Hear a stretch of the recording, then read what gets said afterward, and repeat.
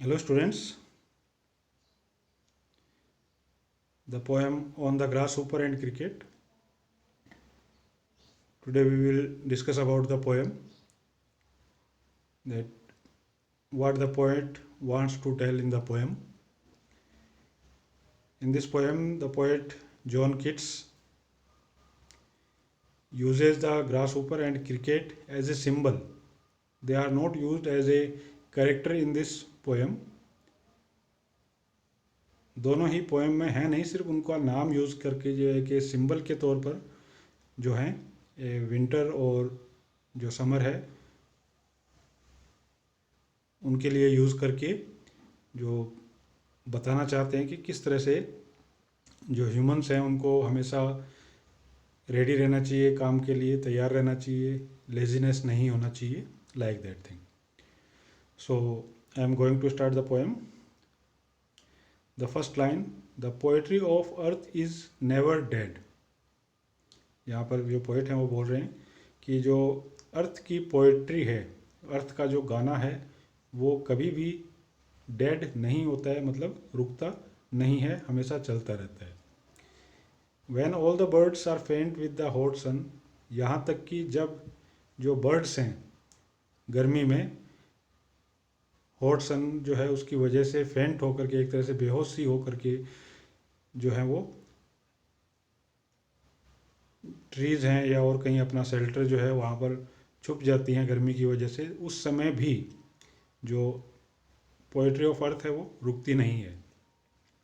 And hide in cooling trees, और जब गर्मी की वजह से ये बर्ड्स कूलिंग ट्रीज़ में हाइड हो जाती हैं, छिप जाती हैं, ए वॉइस विल रन, उस समय भी जो ये वॉइस है, जो सॉन्ग है वो चलता रहता है. From hedge to hedge about the new मॉर्न मेड. जो हेज मीन्स जो हमें बाड़ टाइप का हम कह सकते हैं, जो हम अपने बगीचे में चारों तरफ जो झाड़ियाँ वगैरह लगाते हैं, उस तरह के जो पौधे हैं उनके अंदर से भी वो आवाज़ निकलती रहती है, वॉइस रन करती रहती है. और जो न्यू मॉर्न मेड है मीन्स जो न्यू उगे हुए घास का मैदान है उनके अंदर से भी आवाज़ें आती रहती हैं. सॉन्ग है वो कंटिन्यू रहता है. और ये सॉन्ग किसका होता है? That is the grass hoppers. ये ग्रास होपर की आवाज़ होती है. ही टेक्स द लीड, वो इसको कंटिन्यू रखता है सॉन्ग को.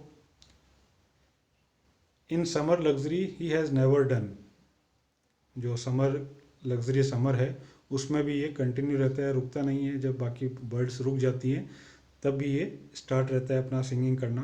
विथ हिज डिलाइट्स, अपनी खुशी से.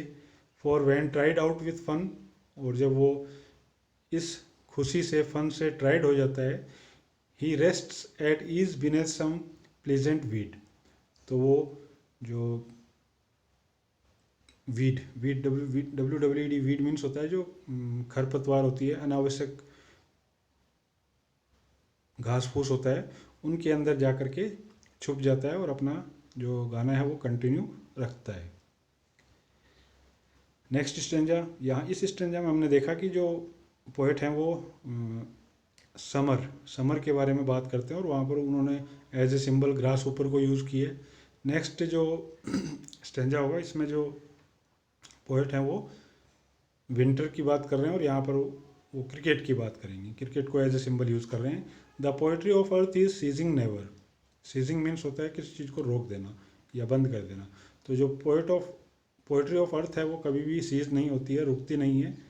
On A lawn winter evening when the first, यहाँ तक कि जब विंटर के मौसम में शाम के समय फ्रॉस्ट होता है, काफ़ी ठंड होती है, उस समय भी वो नहीं रुकता है. He wrote a silence from the stone there shrills, तो कहीं ना कहीं से जो क्रिकेट है वो स्टोन के पीछे से, पत्थरों के पीछे से अपनी आवाज़ निकालता रहता है. द क्रिकेट सॉन्ग अपनी आवाज़ निकालता है.